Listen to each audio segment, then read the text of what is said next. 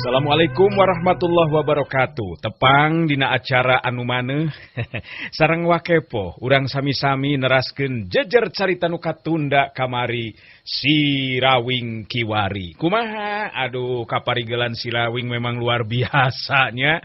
Mohon beki dieu si Rawing beki pogot kalayan kasugri mitra-mitra anu biasa ngadangukeun acara dongeng Kiwari garapan wakepo Kiwari neraskeun si Rawing Kiwari. Lah, luar biasa nu mawi kadelali. Sek, ayeuna mah urang teraskeun heula kumaha ieu jejer carita si Rawing Kiwari. Wilujeng ngadangukeun. Bener kula Ki Jayaraga Jengkeling. Bagja tinemenan sabab andika teh telah hasil lulus jadi patandang unggulan. Kula bener-bener teu nyangka upama nu baris lolos tina ujian teh kawilang budak lalaki rumaja nu nyangking ilmu anu meh teu bisa dipercaya. Bagja Jang. Pokoknya mah wing geus dipastikan pasti menang Ki. Terus amun geus kieu wing kumaha ya? Nya kumaneh can diumumkeun Mang euy. Omongkeun atuh Mang, wing kitu nu menang. Kudu jelas atuh ameh ngeunahkeun hate wingna. Bener teu? Ki Jayaraga ngadukur imut bari ngaredet ka panata acara, anu diredet surti harita terus nyarita. Kadang dulur sakabeh oge para patandang anu geus gagal ngalakonan ujian ayeuna geus ka Bandungan kalawan pinuh kapastian yen anu geus hasil kaluar salaku juara atawa patandang unggulan kaya deui kajabati si Keling anakna si Rawing. Urang sambut kaunggulan si Keling. Yang Keling kawilang budak lalaki anu bener-bener baris jadi jago kepercayaan Ki Jayaraga. Waina kitu urang bagiakeun ieu si Keling. Hidup si Keling. Hidup si Keling. Hidup. Leungeun katuhu si Keling diacungkeun ka luhur ger surati ambal-ambalan tinggalero tinggorowok patarik-tarik. Hidup. Atuh dah si Keling mah kabilang dulu dewek euy. Hidup si Keling euy, budak hebat anak si Rawing. Cuma nyaan manghanjakalkeun teh budak teh pantes ari rupana mangan eta we ku kulitna meuni si daun Keling kitu. Panuju si Keling menang cuma nya satuju. Nyaan si Keling teh atuh incu abah eta mah. Ki Jayaraga ngacungkeun leungeun katuhuna ka luhur, atuh keur surak bari tinggal rote jep we jempe tetela gede pisan pangaribawa pangaruhna Ki Jayaraga. Cukup. Geus teu kudu ribut teuing. Ejang Keling, luyu jeung aturan nu lumaku. Mangka ayeuna ujang bakal dibawa ka imah kula. Ayo, ayeuna mah urang init nuju ka jero imah kula, Jang. Kadi dituing rek suguhan daang mah Ki, beuteung wing geus lapareun euy menta eusil. Mani oge ningali meureunnan wing naik ka luhur pasin apanan make tenaga bener teu? Teu kudu salempang, Jang. Kadatangan Jang Keling tantu sawajarna upama dihormat ku diri kula. Ayo, ayeuna urang init, Jang. Geus kitu mah si Keling harita keneh diabringkeun ku sakabeh jalma nu aya di dinya, malah si Keling make jeung diparunggu sagala rupa bari areak-eakan sapaparat jalan. Si Keling bet jadi poho we ka Kibuyut ireng mah. Hatena bener-bener ngerasa bungah jeung suka anu leuwih suka dipikeun hatena. Sabab kabehanana loba nu maruji kamanehanana malah ngaran si Rawing nu jadi bapana, akhirna jadi kacapangan balarea. Dumeh dirina anu ngakukeun anakna si Rawing geus nembongkeun bobesena anu hebat. Tapi ka jero imahna Ki Jayaraga si Keling dihormat ku pihakna Ki Jayaraga. Imah Ki Jayaraga tetela kabilang imah nu panggedena jeung panggedongna di eta lembur sigana teh. Teu matak aneh lamun tepasna oge lega jeung laluasa. Si Keling katingali loba luak liuk memang aya nu diteangan kumanehanna namanya ta Kibuyut ireng. Ningali si Keling loba luak liuk, Ki Jayaraga terus nanya ka si Keling. Luak liuk bae bet siga anu diteangan jeung Keling. Neangan saha ujang teh? Buyut ireng na teu katingali datang ka dieu nya. Uing apanan ka dieu teh bareng jeung Kibuyut ireng euy. Ki Jayaraga katingali robah paromanan beungeutna. Da puguh kaget anu lain dikieuna ngaran Kibuyut ireng disebut-sebut ku si Keling, sabab sakanyaho Ki Jayaraga mah Kibuyut ireng teh jago kolot anu kawilang ngaranna kungsi sirna tina lambaran kahirupan kajawaraan. Malah geus loba anu nyangkangan ukur tinggal ngaran. Ki Jayaraga nyarita jero hatena bari neuteub ka si Keling. Nah bener kitu ieu si Keling teh nyaritana nyebutkeun datangna ka dieu teh jeung Kibuyut ireng. Sedangkan nurutkeun beja mah Kibuyut ireng teh ngan ukur tinggal ngaranna sabab nilik dina umur jeung tataran ilmu mah nu satata jeung Kibuyut ireng teh nyata eyang nur alam. Malah nurutkeun caritaan guru aing mah antara Eyang Nur Alam jeung Ki Buyut Ireng teh kawilang musuh satu kabuyutan. Bener kitu ieu budak teh ngomongna. Kunaon maneh kana ka melong wae kawing sia. Kagetnya tawa ngahina ya kawing ye. Lain ngahina Jangkeling. Ngan kula teh puguh kaget ngadenge caritaan Jangkeling anu nyebutkeun ka dieu teh jeung Ki Buyut Ireng na bener eta teh. Maneh mah teu percaya ka uing meureunanya. Kasih mang pada acara uing geus diomongkeun Ki Buyut Ireng teh aki-aki nu hidang keling kulit teh si gawing. Kakek hayang ngangkat murid gawing. Tacan oge parat caritaan si Keling. Kadenge di luar aya nu nyarita. Si Keling curing hak beungeutna sabab jelas anu nyarita teh Ki Buyut Ireng. Da kudu leungiteun Keling, dewek ayeuna bakal datang ka dieu euy. Maneh memang calon murid nu hebat Keling. Dewek bener-bener milu suka jeung bunga Jang. Telilah katingali Ki Buyut Ireng datang asup ka jero. Nyata ka jero tepas imah kadatanganan dibarengan ku Jalur Rampang aturanana dibageakeun ku Ki Jayaraga. Dibarengan ku hate nu kaketegan sabab tetela ayeuna mah ka Bandungan. Langsung yen caritaan si Keling teh teu bobohongan sabab tetela nyah bener Ki Buyut Ireng geuning anu datang jeung si Keling teh. Sanggeusna aya di tepas imah sarta silih wanohkeun jeung Ki Jayaraga harita Ki Buyut Ireng muka caritaan. Keling, lain tong kaget upama ayeuna dewek datang ka dieu duaan euy. Da ieu teh anak dewek Keling ngaranna Jalur Rampang euy. Kawilang anak dewek nungan hiji-hijina kabeneran manehna milu lalajo. Sarta milu bunga meureun ku ayana anjeun meunang. Si Keling ngareret ka Jalur Rampang bari nyarita. Ari anak aki-aki mah geus kolotnya. Anak maneh teh geus kolot ningan Ki euy. Ngan beungeutna siga nu galak euy. Bener jelamana galaknya Ki. Komo ka amewe mah Ki. Jalur Rampang modalang panonna ka si Keling. Tapi kituna teh teu kateterusan puguh geus diwanti-wanti ku Ki Buyut Ireng nu jadi bapana. Sangkan manehna ulah coba-coba nembongkeun sikep jeung tindakan anu kurang hade ka si Keling. Memang bener caritan ilaing Jang. Taina dewek erek nanya ya ka ilaing Jayaraga. Geus wau ka ngaran dewek. Lamun ilaing kawilang jago tangtu apa sarta kudu nyaho ka dewek. Ki Jayaraga manggut hormat ka Ki Buyut Ireng. Guruna sorangan kungsi nyarita yen nu ngaran Ki Buyut Ireng ngan ukur boga tandingan saurang dina lamaran kahirupan alam kajawaraan.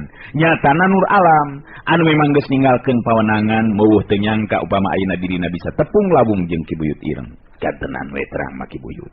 Atuh kula nganuhunkeun pisan ku ayana salira Ki Buyut anu karasa atawa anu keur sarurumpaheun ka ieu tempat anu mung sakieu buktosna. Guru simkuring sok sering nyabit-nyabit jenengan salira Ki Buyut Ireng. Pasti Jayaraga taina dewek rek tumanya. Rek tumanya teh ka Andika sanggeusna si Keling meunang dina sayembara naon jaminan ti Andika? Sarta naon anu jadi maksud jeung tujuan bangna ilaing ngayakeun acara seperti ayeuna?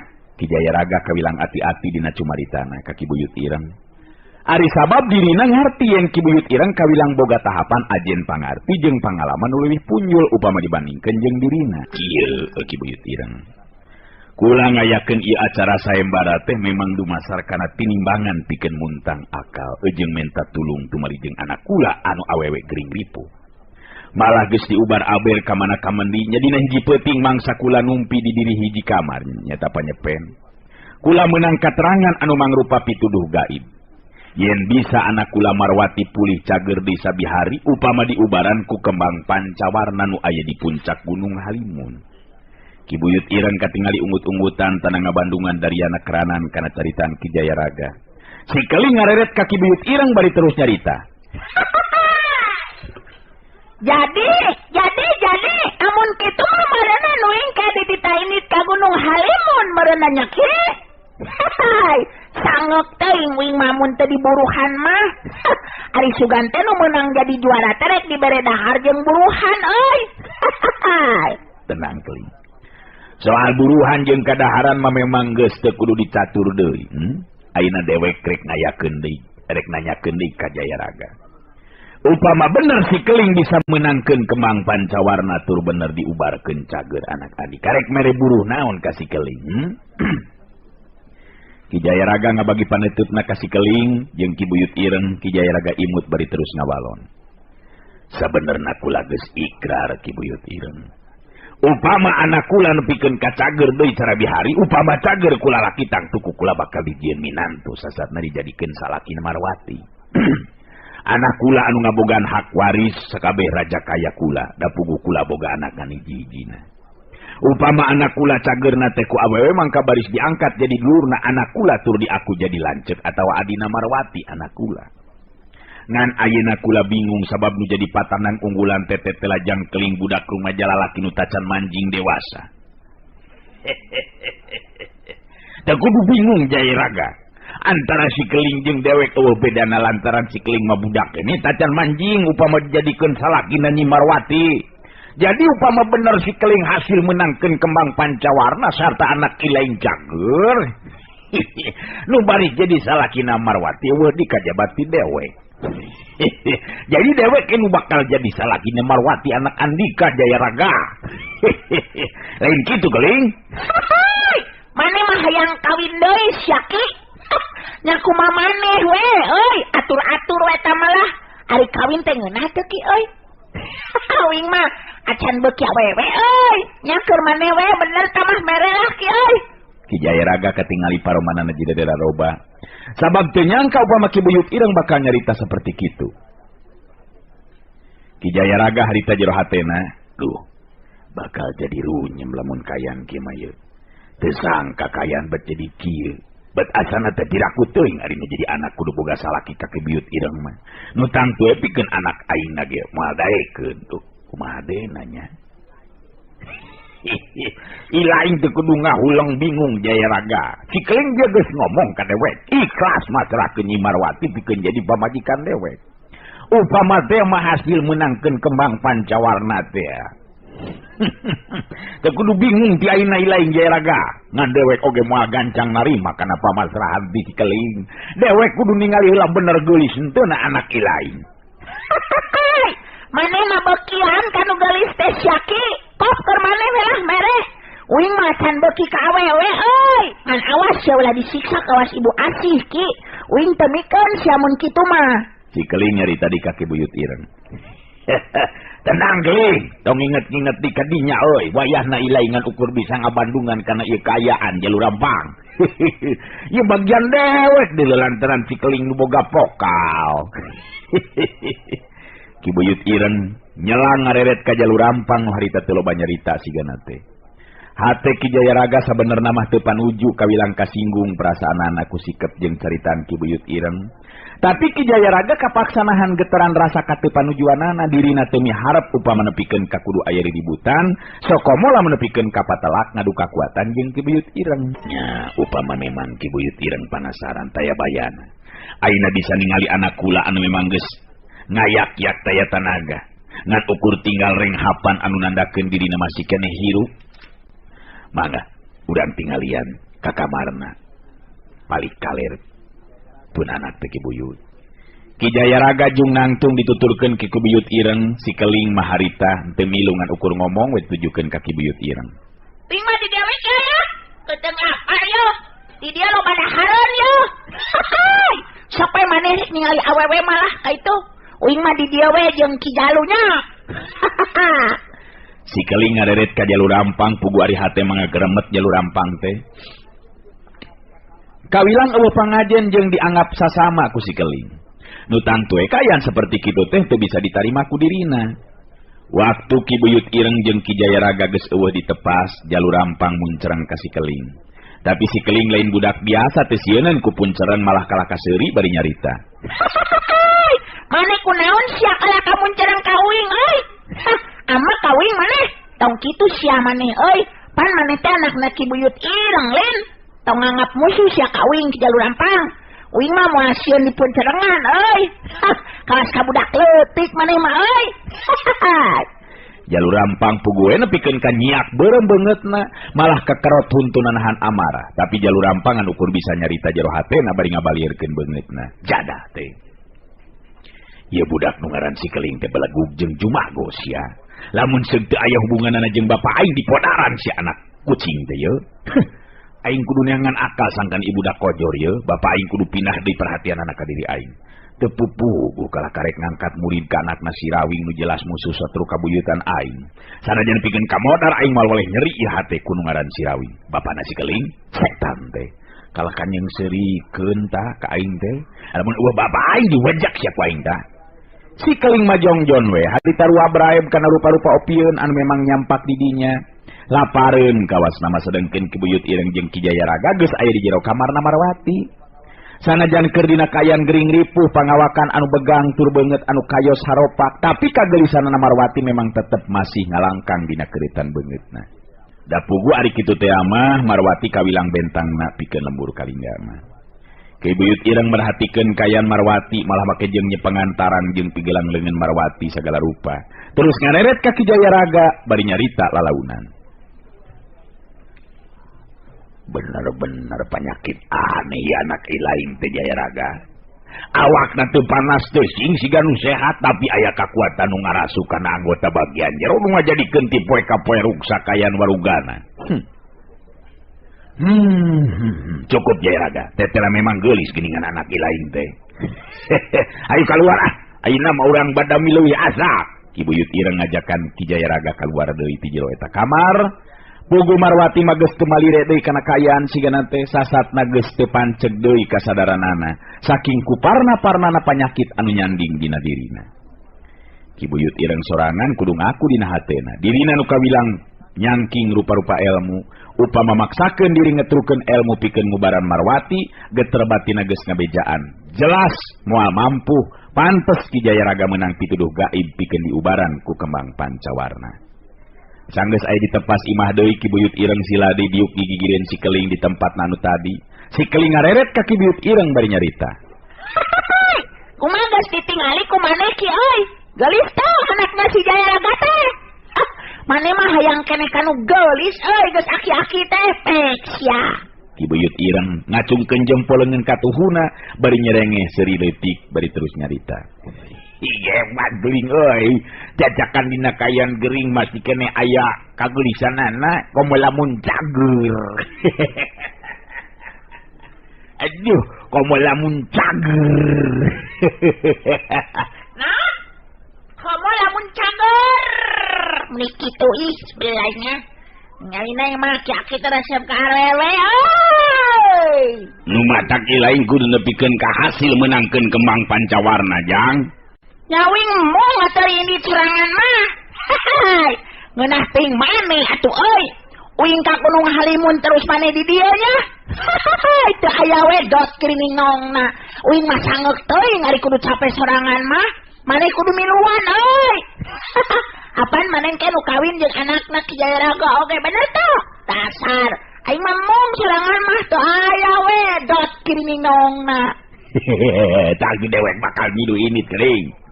Ilaing teu kudu salempang urang ini babarengan jeung dewek Ling.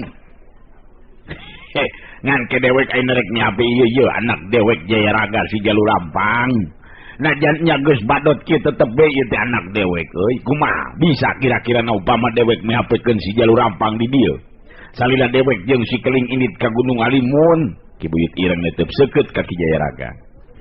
Ari Ki Jayaraga katingali ngahuleng sakeudeungan puguh we, bet kurang sopan jeung teu dina tempatna upama dirina harita nolak kana pamentana Ki Buyut Ireng.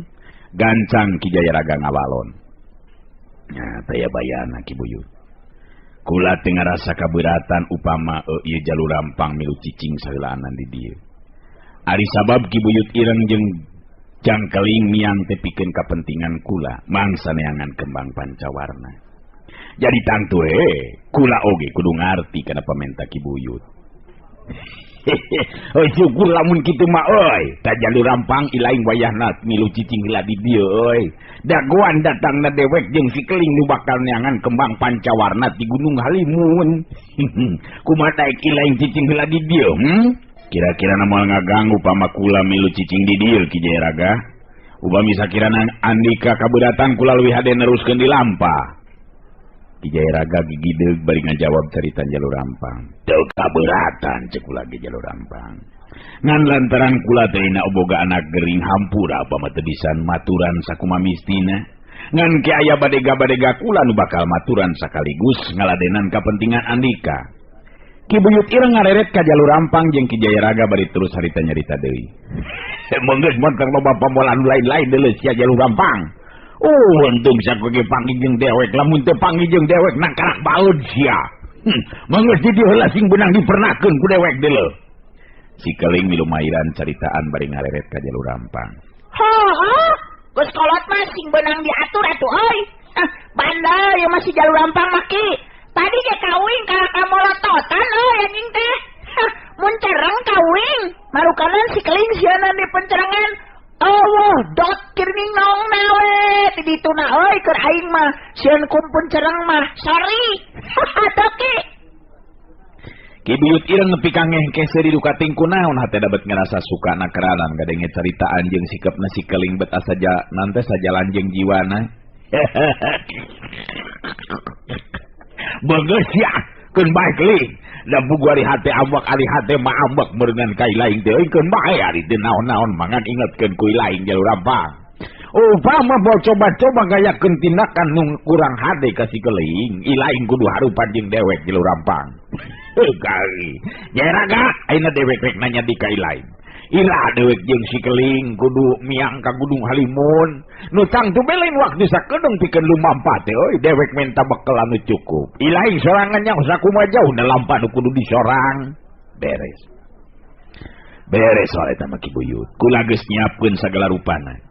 Malah memang sakuduna mah leuwih gancang leuwih hade lumampah ka Gunung Halimun teh. Sababet mata kuatir ku kayan anak kula sok sieun teu kabulu-kapuluk umurna Ki Buyut. Hade lamun geus disayagikeun keur bekal katut kaperluan nu sejenna mah. Ngan ingetkeun ku ilaing Jayaraga, ulah coba-coba jalir janji deuleu. Marwati anak ilaing cager, mangka dewek nu bakal jadi salakina.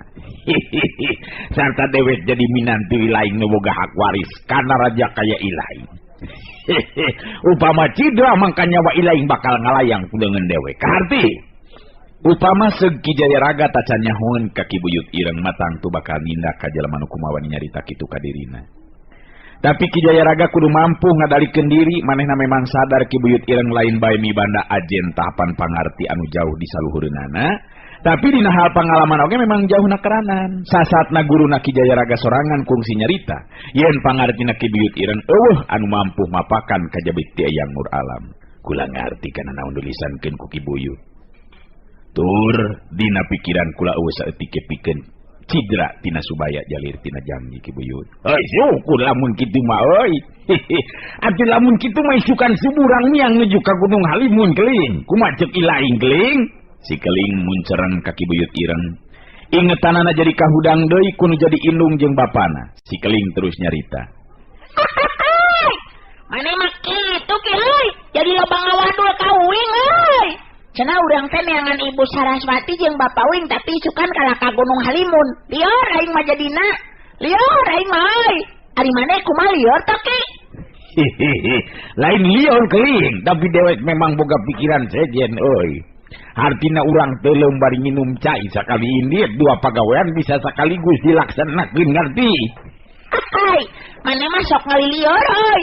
Memang urang kudu kokojayan make jeung kudu teuleum sakala rupa. Maneh mah mabok berenang. Eueuh dot kirining nongna. Hai. Dengekeun Keling. Ayeuna urang bari miang nuju ka Gunung Halimun, tetep neangan laratan indung jeung Bapak ilaing mah terus euy. Jadi laing teu kudu ngarasa salempang urang tetep neangan laratan indung jeung Bapak ilaing bari miang ka Gunung Halimun. Sanu nyaho jeung indung Bapak ilaing panggih? Hah? Sanu nyaho? Marukaneun. Pokoknya mas taninya bakal panggil. Oh gitu euy. Ngerti atuh lah lamun kitu mah euy. Nya jadilah mun kitu mah ki euy. Tapi awas sia maneh ulah ngabohong sia kawin sia euy. Keur naon dewek bage ngabohong Keling? Ari sabab dewek sorangan hayang buru-buru bisa panggil jeung Bapak ilaing Keling. Sabab dewek hayang kira bener-bener bisa ngangkat murid ka ilaing sakaligus nurunkeun ilmu dewek ka ilaing. Ngarti? Nya ngarti ki euy. Sok ayeuna mah mending keneh daang heula we Ki Jayaraga. Beuteung we nyapar euy. Aduh ai mah teu lapar. Ieu mah yeuh. Beuteung lapar nyaan lapar euy yeuh. Can dibere daang yeuh. Aduh ngopi mah teu wareg geuningan euy. Anger we asa candaang keneh euy. Lah, ieu mah kana dahar we atuh mending indit we. Aduh, punten we euy. Teu aya dot cirining nong. Nah kudu ini ayeuna mangke heula dahar. Ki Jayaraga nepi ka seuri ka si Keling kituna teh loba kerung sabab ngabandungan caritaan atawa obrolan si Keling jeung Ki Buyut Ireng loba anu teu kaharti. Ari kitu teh mah teu matak aneh sabab memang teu nyango kana jujutan anu sabenerna. Geus kitu mah Ki Buyut Ireng jeung si Keling katut jalur rampang dihormat ku Ki Jayaraga. Sarta nepi kana putusan yen dina poe isukan wanci subuh si Keling jeung Ki Buyut Ireng baris miang nuju ka Gunung Halimun. Sedengkeun jalur rampang saheulaanan bakal milu cicing di imahna Ki Jayaraga. Mangsa wanci peuting datang antara pribumi jeung si Keling katut Ki Buyut Ireng terus guntreng ngarobrol deui. Ngan jalur rampang nu katingali teh loba nyarita teh. Da pugu dina hatena mah tetep ngagremet banget teu ngarasa suka ku si Keling anu bakal dijadikeun murid Ki Buyut Ireng dina harti anu bakal ngawaris sakabeh elmu jeung aji pangarti Ki Buyut Ireng. Papaes peuting marengan kana renghapna jeung geteran kahirupan anu aya di pilemburan Kalingga. Pangpangna Ki Jayaraga anu kaeunteupan ku rasa pangharepan si Keling jeung si Buyut Ireng baris hasil mawa kembang pancawarna piubareun anu jadi anakna. Peuting ganti jadi beurang sinar sinangling ngembus sarta muraikeun papedut hideung nu tadi peuting jadi lalangse. Manuk ricit disarada ngabageakeun sinar sang surya nu gumebiarnya angan jagat guana panca tengah. Geus dua poe Saraswati aya di imahna Ibu Ratimah malah katingali harita tiluanana guntreng ngobrol di tepas imah. Untari pangpangna mah anu ngarasa hanjelu hatena sabab tutas panca kaki jeung Saraswati bet beuki kanyahoan yen awewe ngora anu ditulungan ku kidirina teh tetela pamajikan si Rawing geuningan. Duh, abdi mah nyahan kalintang pisan hanjeluna pugu teh Saraswati. Ari margi Kang Rawing sangem abdi oge anu nulungan sareng anu ngabebaskeun diri abdi tina cangkreman jalma-jalma nu hianat sareng delaka ka abdi teh ce. Ibu Ratimah oge kadenge kedah bilisan. Nyana atuh bet meuni siga nu meunang ngatur kitunya. Pada upama Jang Rawing ulah sinawa kamiang manyai meureunan bisa tepung sareng Nyimas Saraswati. Sokomo mama Nyimas terus terang we ngarasa kautangan budi ku tuang raka teh. Margi upami teu ditulungan ku Jang Rawing dah duka kumaha nasib ma oge jeung si Nyai. Saraswati narik napas panjang. Dalah sanajan manehna oge sarua ngarasa hanjelut nu lain di kieuna, tapi Saraswati gancang sadar kana kaayaan. Da pugu memang geus kitu jadina taya hartina dirina ngarasa terus-terusan kudu hanjelu. Rupina mah dacan waktosna panginten abdi kedah tepang sareng jadi salaki mah. Ieu Untari, nah kantos nyaurkeun Kang Rawing bade teras lumampah ka mana? Numawi teu nyaurkeun ka mana-manana pugu ce. Nanging anjeunna nyariosna teh bade milarian putra sareng garwa kitu we nyariosna ka abdi mah. Kang Banteng sami diteu nyebatkeun ka mana-mana na bade lumampahna teh. Saraswati ngabagi paneutupna ka Untari jeung Ibu Ratimah. Kawilang untung oge pikeun Saraswati sabab lumpat sakalumpat lampet na kerta naga poho di kacape dibarengan kunahan lapar nu akhirna dina puncakna nepikeun karubuhna kapiuhan waktu rek mentang nginum ka Untari nu kaluar ti jero imah. Kituna teh lantaran Saraswati saking kusieun-sieuna kaudag ku jalur rampang. Teu lila Saraswati kedah dilisan. Abdi sakali nganuhunkeun ka ieu Untari kali oge emah di dieu. Nu tos kersa nulungan abdi kurarosan mah tos waktosna abdi oge neraskeun lampah ieu teh mah. Ibu Ratimah netep ka anakna. Untari surti terus harita nyarita. Ari sangem abdi mah engke we heula atuh Ci Saraswati. Upami salira tos leres-leres pulih deui kasehatan. Margi ngupingkeun lalakon sareng pangalaman Saraswati, sarupi kitu mah duh abdi teh bet ngiring prihatin ce. Teteh lagi dengan istri teh memang kedah tiasa ilmu bela diri upami kitu mah nya ce. Katinggal pisan tur kaperyogi pisan. Eluh, waktosna geuningan parantos teh nyekapan atuh cag urang cekapkeun dugi ka dewe heula atuh acara dongeng Kiwari neraskeun carios Si Rawing Kiwari garapan Wakepoh Kiwari hatur nuhun permios.